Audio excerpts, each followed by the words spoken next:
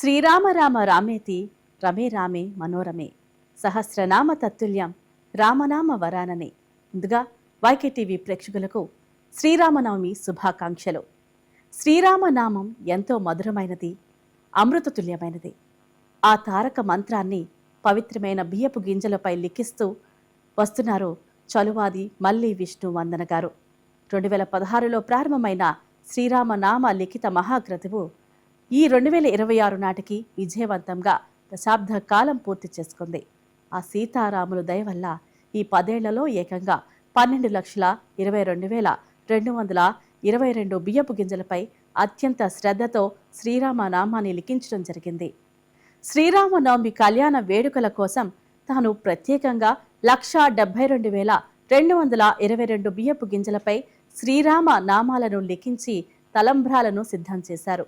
మరి ఈ పవిత్ర తలంబ్రాలను మహారాష్ట్ర, తమిళనాడు, కర్ణాటక, ఆంధ్రప్రదేశ్, తెలంగాణ రాష్ట్రాల్లో నిర్వహించే సీతారామ కళ్యాణ మహోత్సవాలకు పంపుతున్నారు. శ్రీరామ భక్తుల చేతుల మీదుగా ఈ ఏడాది 132 ఆలయాలకు వీటిని చేరవేస్తారు.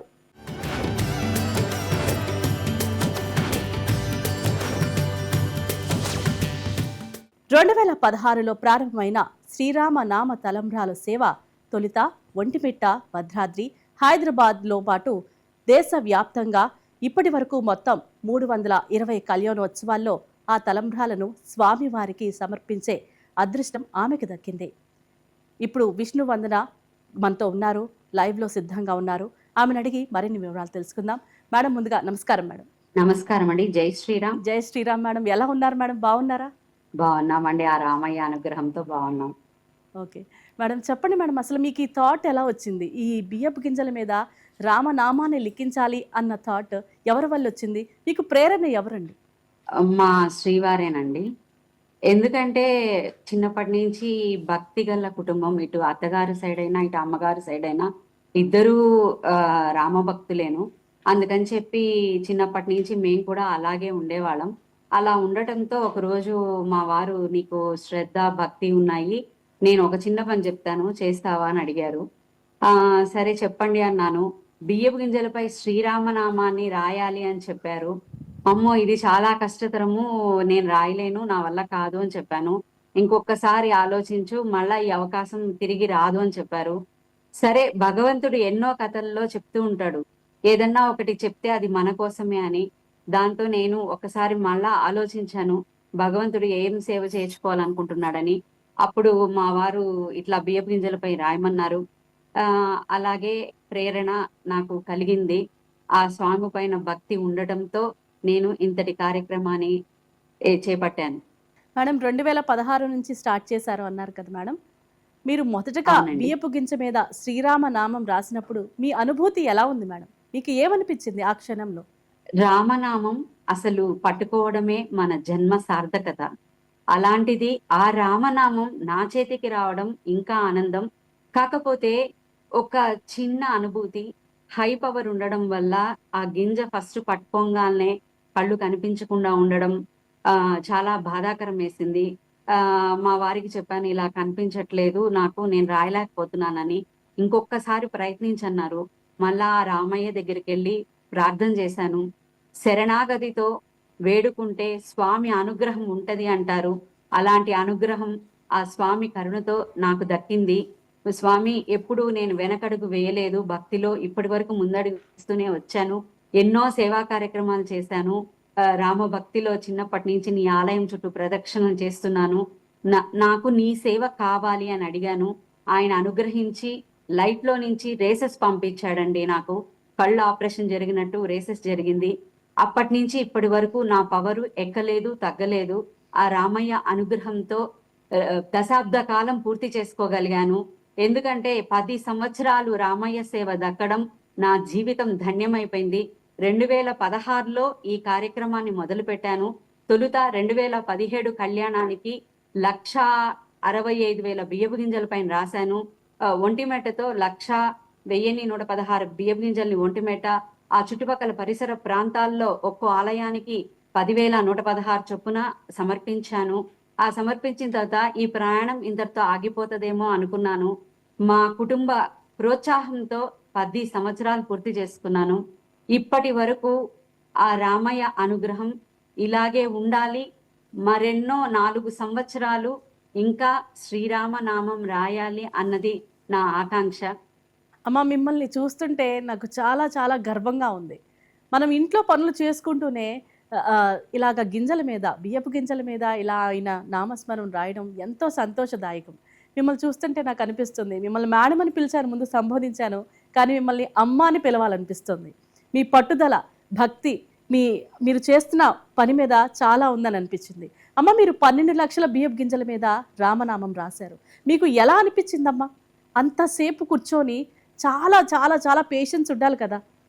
మీకు అంత పేషెన్స్ రాముల వారే ఇచ్చినట్టు అనిపిస్తుంది.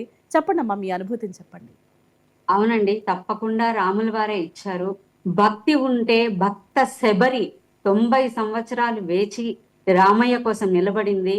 అలా శబరిలా నేను లేకపోయినా వనవాస భక్తి అన్నట్టుగా ఆ స్వామి వారికి 14 సంవత్సరాలు నేను సేవ చేసుకోవాలని అనుకుంటున్నాను. ఎందుకంటే ఆ రామయ్య అనుగ్రహంతో ఇంత దూరం ప్రయాణించాను. మన సనాతన ధర్మంలో మన అయోధ్య రామయ్యకున్న గొప్పతనం, మన భారతదేశంలో ఇలాంటి భూమిలో మనం పుట్టడం పోయిన జన్మ మనం చేసుకున్న సుకృతం. అలాంటిది ఈ జన్మలో ధర్మాన్ని పాటిస్తూ ఇలా మనం రామయ్య సేవ చేసుకొని 10 మందిలో రామ భక్తిని చాటి చెప్పాలన్నదే నా కోరిక. అందుకని ఆ సీతారాముల అనుగ్రహంతో నేను ఇంత దూరం ప్రయాణం చేశాను.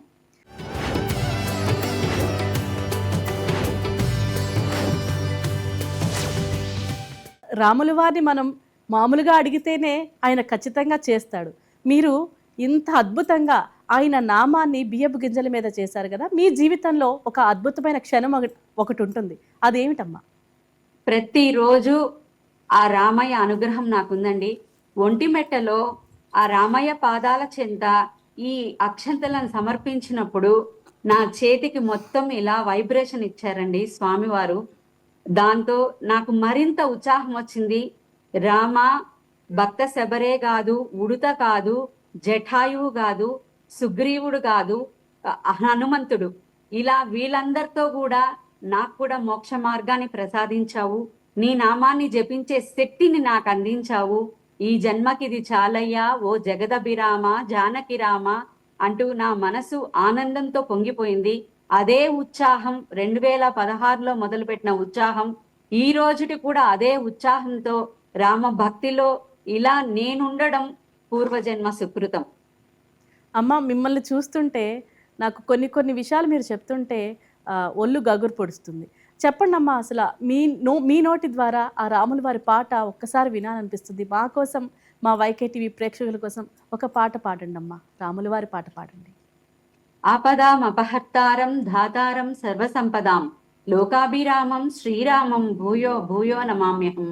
మధురం మధురం రామనామమే మధురం శ్రీరామనామమే మధురం. బోయ వాల్మీకి గానం చేసిన రామనామమే మధురం శ్రీరామనామమే మధురం. మధురం మధురం రామనామమే మధురం. భక్తితో శబరి ఎదురు చూచి పిలిచిన రామనామమే మధురం శ్రీరామనామమే మధురం. మధురం మధురం మధురం రామనామమే మధురం. శరణు శరణని విభీషణుడు ఆర్తితో పిలిచిన రామనామమే మధురం శ్రీరామనామమే మధురం. మధురం మధురం మధురం రామనామమే మధురం శ్రీరామనామమే మధురం. త్యాగయ్య గొంతులో రాగాలు పలికిన రామనామమే మధురం శ్రీరామనామమే మధురం. మధురం మధురం మధురం రామనామమే మధురం శ్రీరామనామమే మధురం, శ్రీరామనామమే మధురం. అమ్మా, నేను గాయనిని కాదు, భక్తితో రామయ్య గానాన్ని ఆలపించాను. అమ్మా మీరు గాయని కాదు, మీరు భక్తురాలు అని మళ్ళీ నిరూపించారు. ఎంత అద్భుతంగా పాడారమ్మా పాటని. అమ్మ మీరు చెప్పండి, 320 కళ్యాణోత్సవాల్లో పాల్గొన్నారు కదా, మీ అనుభూతి ఎలా ఉంది? మీకు ఎలా అనిపించిందమ్మా?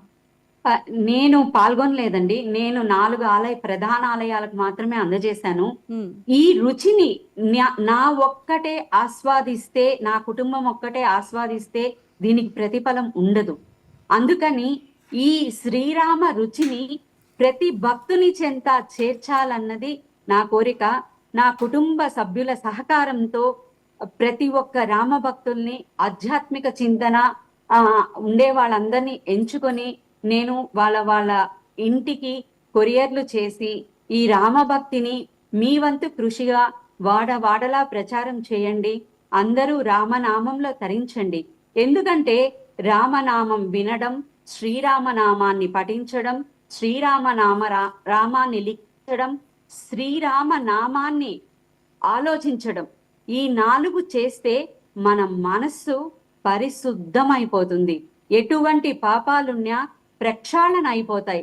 అటువంటి తారక నామ రామ మంత్రం, ఈ రామ మంత్రాన్ని ప్రతి ఒక్కరి దరికి చేర్చాలన్న ఉద్దేశంతో ఈ అతి కష్టమైన కఠోర దీక్ష నేను ఈ సేవ చేస్తూ నలుగురికి ఈ తీపిని పంచాలి అని పంచుతున్నానండి.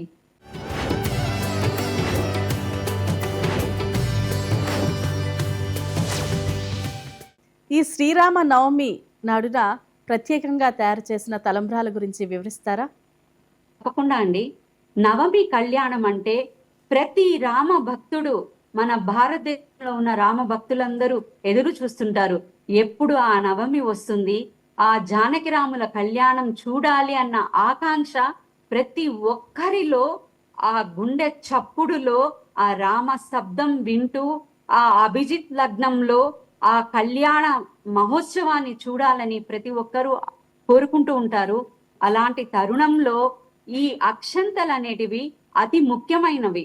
ఈ అక్షంతలకి చాలా గొప్ప విశిష్టత ఉంది. సీతారాముల ఒక అనుభూతిని చాటి చెప్తూ ఈ అక్షంతల్ని వాళ్ళు పోసుకున్నప్పుడు అవి తిరిగి మనకు ప్రసాదంగా ఇస్తారు. ఆ ప్రసాదాన్ని దైవ ప్రసాదంగా భావించి మన ఇంటికి తీసుకొచ్చి మనం కష్టాల్లో ఉన్నప్పుడు వాటిని మన శిరస్సు పైన చల్లుకుంటూ అలా ధర్మ మార్గంలో నేను నడవాలి. మన ప్రధానమంత్రి అయోధ్య గురించి చెప్పాడు. ఏమనంటే, అయోధ్య బాలరాముడి ప్రాణ ప్రతిష్ఠ అన్నారు. ఆ ప్రాణ ప్రతిష్ఠ అనేది ఎక్కడా చెప్పరండి. ఒక అయోధ్యకు మాత్రమే ఆ బాలరాముడికి దక్కింది ఈ ప్రాణ ప్రతిష్ఠా కార్యక్రమం. ఎంత గొప్పగా చేశారో మన భారతదేశం మొత్తం చూసింది.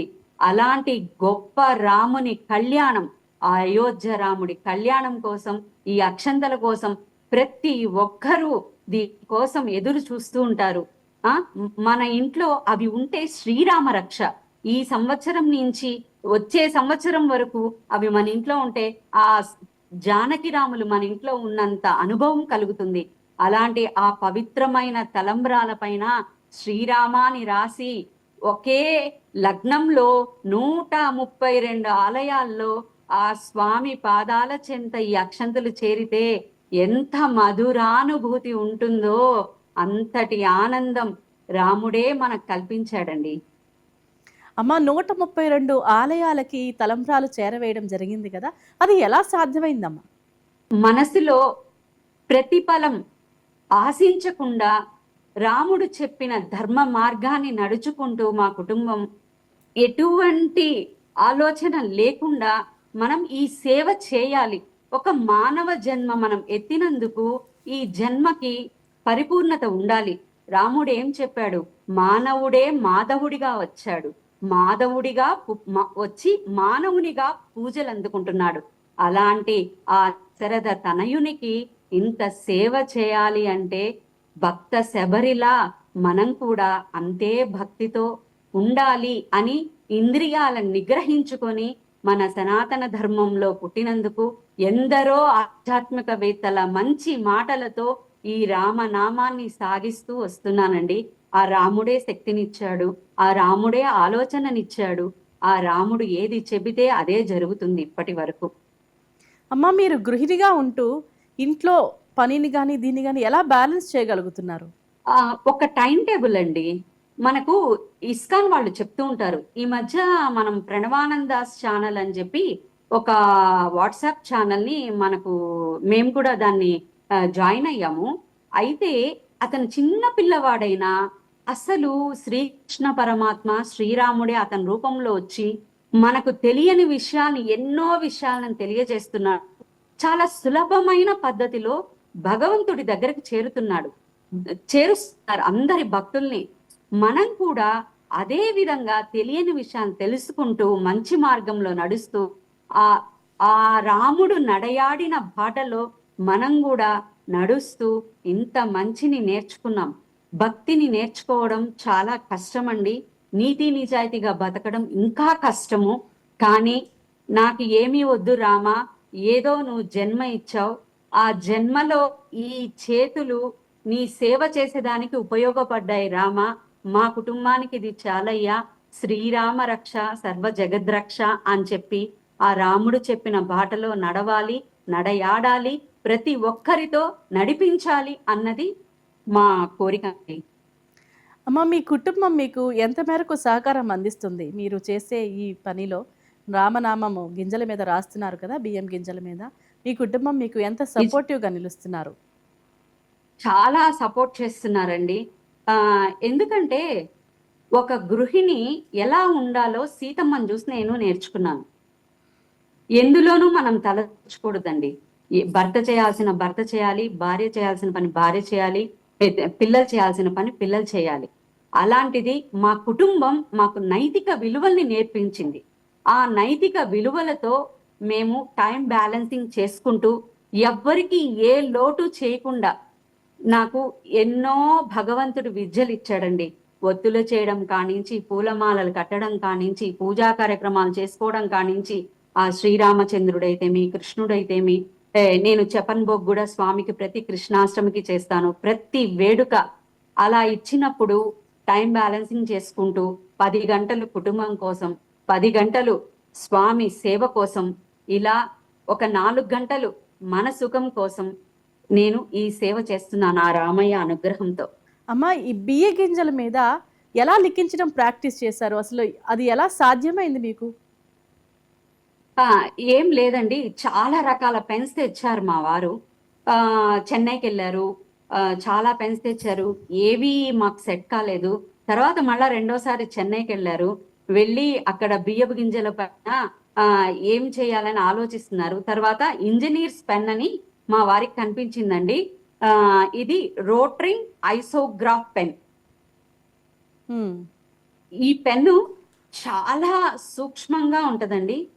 ఏ మాత్రం చాలా పాయింట్ కూడా చాలా సన్నగా ఉంటుంది. మన దృష్టి ఎలా ఉండాలంటే బియ్యపు గింజ, శ్రీరామనామం, ఈ పెన్ను, ఇంకా ధ్యాస ఎటు వెళ్ళినా భగవంతుడు ఆ శ్రీరామ 3 అక్షరాలు కూడా రాయనీయడండి. అలాంటి సందర్భాలు కూడా నేను ఎదుర్కొన్నాను. ఎందుకంటే మన మనసు చంచలమైందనమాట. ఆ సాధన రావడానికి చాలా కష్టం అవుతుంది. ఎందుకంటే ఒక మనిషి ఇంద్రియాలను నిగ్రహించుకొని భక్తిలో అలవర్చుకోవడం అనేది చాలా కష్టం. నాకు అది ఇష్టం. ఆ ఇష్టంతో చేసిన పని నాకు కష్టం అనిపించలేదు. అలా మా వారు తీసుకొచ్చిన తర్వాత ఈ పెన్తో నేను మొదలు పెట్టానండి. అమ్మ, మా కోసం ఏమన్నా రాయగలుగుతారా? ఇప్పుడు ఏమన్నా సాధ్యం అవుతుందా? తప్పకుండా అండి. ఒక్కసారి ప్రతి ఒక్కరికి ఇలా శ్రీరామనామ అక్షంతలు అని చెప్పి 132 దేవాలయాలకి చేరవేశానండి. ఇప్పుడు నేను మీకు రాసి చూపిస్తాను. ఒక్కసారి రాయండి అమ్మా.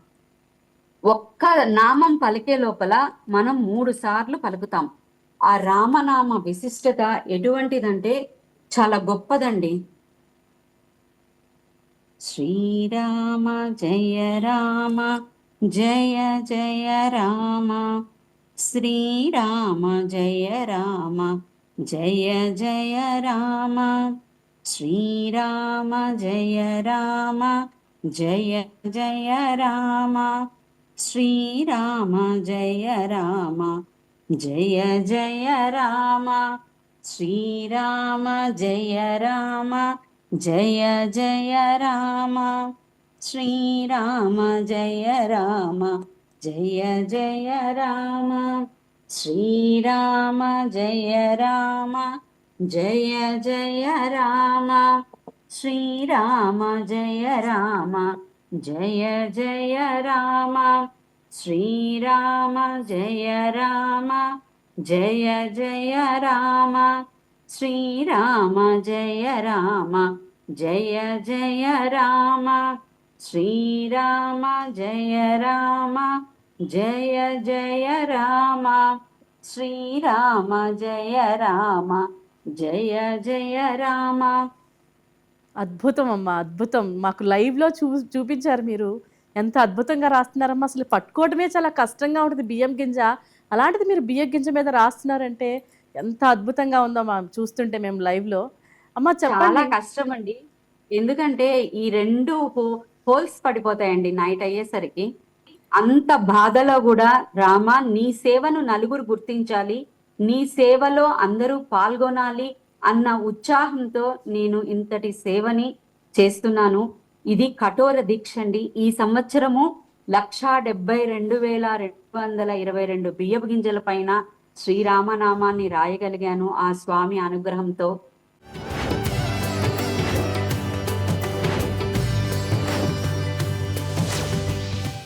అమ్మ ఈరోజు మీరు యువతకు చెప్పాలనుకున్న సందేశం ఏంటి? ఆధ్యాత్మికంగా మీరు ఏమి కోరుకుంటున్నారు యువత నుంచి? యువత ప్రత్యేకంగా తెలుసుకోవాలండి. ఎందుకంటే ఎవ్వరూ నన్ను తప్పు పట్టకండి. ఎందుకంటే నేను భక్తి మార్గంలో నడుస్తున్నాను. నాకు బయట ప్రపంచం గురించి తెలీదు. నేను విలాసవంతమైన జీవితాన్ని ఎప్పుడో వదిలేశాను. 10 సంవత్సరాలు దాటిపోయింది. అప్పుడు కూడా నేను సేవలోనే ఉండేదాన్నండి. కాకపోతే కొంచెం అటు ఇటుగా జరుగుతూ ఉండేది. ఇప్పుడైతే కేవలం నా భక్తి రాముడికే కావాలి అనుకుంటున్నాను. ఎందుకంటే ఫస్ట్ యువత కాదండి నేర్చుకోవాల్సింది, తల్లిదండ్రులు. ప్రతి గృహంలో తల్లిదండ్రులు నేర్చుకోవాలి, ధర్మ మార్గంలో నడవాలి. ఆ ధర్మ మార్గంలో నడిచినప్పుడే మన పిల్లలు మన మాట వింటారు. ఇప్పుడు ఉన్న టెక్నాలజీలో సెల్ ఫోనే ప్రతి ఒక్కరికి ఆధారం అయిపోయింది. నిజమే, సెల్ ఫోన్ లేకపోతే ఇప్పుడు జరగదు. ఎందుకంటే మనం అలా అలవాటు చేసుకునేసాం. ఆ అలవాటు మారాలి అంటే ఆ సెల్ ఫోన్ ఛార్జింగ్ పెట్టుకొని రోజంతా మనం చూసుకుంటూ ఉంటాం. మరి మన దేహానికి కూడా కావాలి కదా అలాంటి ఛార్జింగ్. మరి ఛార్జింగ్ కావాలంటే ఏముండాలి? భగవన్ నామస్మరణ ఉండాలి. ఈ శరీరానికి భగవన్ నామస్మరణ ఒక ఛార్జింగ్. మరి ఒక గృహిణి ఇంత చేయగలుగుతుందా?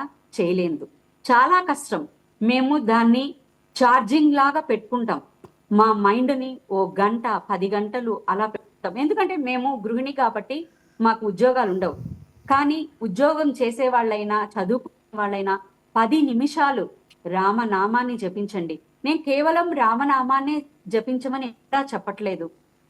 ఎవరికి ఏ భగవంతుడి పైన ఇష్టం ఉందో ఆ నామాన్ని ఒక 10 నిమిషాలు మన శరీరానికి ఛార్జింగ్ ఇవ్వండి. ఛార్జింగ్ ఇస్తే మనకు ఎటువంటి రోగాలు కూడా రావండి. ఒక డాక్టర్ గారు ఈ మధ్య రీసెర్చ్ చేసి కూడా చెప్పారు. నేను కూడా ఎందుకు చెప్తున్నానంటే 10 సంవత్సరాల క్రితం నాకు ఒక ఇన్సిడెంట్ జరిగింది. దాంతో నేను 7 సంవత్సరాలు నరకం చూశాను. సయాటికా వచ్చి డాక్టర్లు కూడా నయం చేయలేనిది ఒక రాముడు మాత్రమే నన్ను నయం చేయగలిగాడు. నేను దాన్ని ప్రాక్టికల్ గా అనుభవించాను. ఎందుకంటే ఆ రాముడు రామ ఇంక నా వల్ల కాదు, ఇంక ఈ జన్మ చాలిస్తున్నా అని కూడా రామయ్య దగ్గర వినపం చేసేసుకున్నాను. అలాంటిది అసలు ఎన్ని డాక్టర్ల దగ్గరికి వెళ్ళినా కూడా రకరకాలుగా నన్ను భయపెట్టారు. భయపెట్టినప్పుడు అమ్మో ఈ జన్మ నాకు వద్దు అని చెప్పి రామా నాకు నువ్వే దిక్కు అనుకున్నాను. అలాంటిది ఆ రామయ్య ఒక్క మందు వాడలేదు, ఒక్క ఇది వాడలేదు. భక్తితో మళ్ళా ఆయన పాదం మీద పడినప్పుడు అసలు ఎలా నేను ఒక దానిలో పడిపోయానండి. పడిపోవడం నాకు ఆ సయాటికా L4 L5 కరెక్ట్ గా నయమైపోయాయండి. ఆ స్వామి స్వచ్ఛమైన స్వామి కాబట్టి ఆ అమ్మ చెప్పండి నేను అమ్మా. దాన్ని చూసాను కాబట్టి చెప్తున్నాను. ప్రతి ఒక్కరి జీవితం బాగుండాలి అంటే కేవలం నామస్మరణతోనే మన జీవితాన్ని మనం కాపాడుకోగలుగుతాము. ఆ నమ్మకం అనేది ఉంటే మన జీవితం సాఫీగా జరిగిపోతుంది. ఆ రామయ్య ఎలా నవ్వుతూ ఉంటాడు ఆ జగదభిరాముడు. అలా అవునమ్మా. నవ్వుకుంటూ మనం కూడా ఆ రమ్మయ్య సేవలో మనం కూడా జీవితాన్ని ఆయన నడిచిన బాటతో మనం కూడా ప్రయత్నం చేస్తాం. ప్రతి ఒక్కరూ తెలుసుకోవాలి. ఒకవేళ నామజపం చేతరాదు కదా, శ్రీరామ లేఖ గ్రంథము అని దొరుకుతూ ఉంటది. ఆ గ్రంథాన్ని ఎవరు కావాలన్నా కూడా నా నెంబర్‌కి ఫోన్ చేస్తే నాకు చెప్పిన వాళ్ళు ఫ్రీగా పంపిస్తారండి. వాళ్ళు చేయడం ఏందిరా అంటే మీరు రాయడం మాత్రమే. ఇది అరుణాచలంలో దాన్ని నిక్షిప్తం చేస్తారండి. ప్రతి 3 నెలలకు ఒకసారి రథంలో గిరి ప్రదక్షిణం చేసి ఈ శ్రీరామ నామాలను వాళ్ళు నిక్షిప్తం చేస్తారు. భక్తండి రాసినా సంతోషం. ఎందుకంటే నాకు ఒక చిన్న కోరిక ఉందండి. ఏ త ఏమీ లేదండి. ఎక్కడ ఏం పాటించవలసిన అవసరం లేదు. కేవలం భక్తి ఒక్కటి ఉంటే చాలండి. మడి, ఆచారం ఏం అవసరంలా. నిద్ర లేవడం, స్నానం చేయడం, ఓ బొట్టు పెట్టుకోవడం, పెట్టుకున్న తర్వాత శ్రీరామ ఈరోజు కొంత సమయాన్ని నీకు వెచ్చిస్తాను నాయన. నన్ను ఆశీర్వదించు. భగవంతుడు చెప్పాడండి. సాక్షాత్తు శ్రీకృష్ణ పరమాత్మ కూడా మనకు భగవద్గీతలో చెప్పించాడు. ఏమని? పత్రం, ఫలం, పుష్పం, తోయం. పత్రం అంటే మన మనస్సు, పుష్పం అంటే మన బుద్ధి, కన్నీళ్లు అవి తోయం. అలాంటివి భగవంతుడు మనకు మనస్సునే అంగీకరించమన్నాడు. మనస్సుతోనే భక్తి భావన చేయమన్నాడు. స్వార్థమైన భక్తితో చేస్తే నీ చెంత ఉంటాను అని చెప్పాడు. లేదు, నవవిధ మార్గాలు చెప్పారు. శ్రవణం, కీర్తనం, దాస్యం, వందనం భగవంతుడు చెప్పాడు. శ్రవణం చేసినా కూడా మనకు ఇంతటి పుణ్యఫలం వస్తుందండి. నేను కేవలం ఇంత దూరం రాలేదండి. దాదాపు 20 సంవత్సరాలు స్వామివారి లీలలను వింటూ దాన్ని మనసులో గుర్తించుకుంటూ, స్వామి నేను నీకేమి చేయగలను, నాకేం శక్తినిస్తావు. నేను పెద్దగా చదువుకోలేదండి. చదువుకోకపోయినా ఆ భగవంతుడి కీర్తనలు పాడుకోవడంలోనైనా భగవంతుడు నాకు శక్తినిచ్చాడు కదా. మరి ఈ కాలం వాళ్ళందరూ బాగా చదువుకుంటున్నారు. టెక్నాలజీ చేతిలో ఉంది. టెక్నాలజీ చేతిలో ఉన్నప్పుడు ఇంత కష్టపడాల్సిన అవసరం లేదు. ఇంకా వాళ్ళు సులభ మార్గంలో ఈ భక్తిని చేసుకోవచ్చు. ఒక్కటి చెప్తానండి, భక్తి అనే దానికి సైంటిస్టులు కూడా భక్తినే నమ్ముతారు. శ్రీహరికోట మీకు ఐడియా ఉందనుకుంటా. ఉందమ్మా, చెప్పమ్మా. సూలూరుపేట చెంగాళమ్మ దగ్గరికి వెళ్ళి ఆ నమూనాను తీసుకొచ్చి పెద్ద పెద్ద సైంటిస్టులే పూజ చేస్తారు. మన తిరుమల శ్రీవారి ఆలయంలో కూడా చేస్తారు. మరి సైంటిస్టులు కూడా దేవుణ్ణి ఎలా నమ్మారు? మనం ఒక్కసారి ఆలోచించాలి. అవునమ్మా, మీరు చెప్తున్నది మరి అంత పెద్ద విజయవంతం అయినప్పుడు మన మనసుని మనము కేంద్రీకరించుకోలేమా భక్తి పైన? ఇప్పుడు చూస్తున్నాం సోషల్ మీడియాలో ఎలాంటి వార్తలు వినకూడదో ప్రతి కుటుంబాలు చెల్లా చెదురైపోతున్నాయి. ఈ కిట్టి పార్టీలని నేను ఎవరిని విమర్శించటం లేదండి. ఆ కిట్టి పార్టీలు చేసుకోండి, భగవంతుడితో చేసుకోండి. భగవంతుడు ఏం చెప్పాడు? నాకు ఆయన ప్రశ్నలు చాలా ఉన్నాయి, తెలియని ప్రశ్నలు. దాంతో కిట్టి పార్టీ జరుపుకోండి, ఆనందం.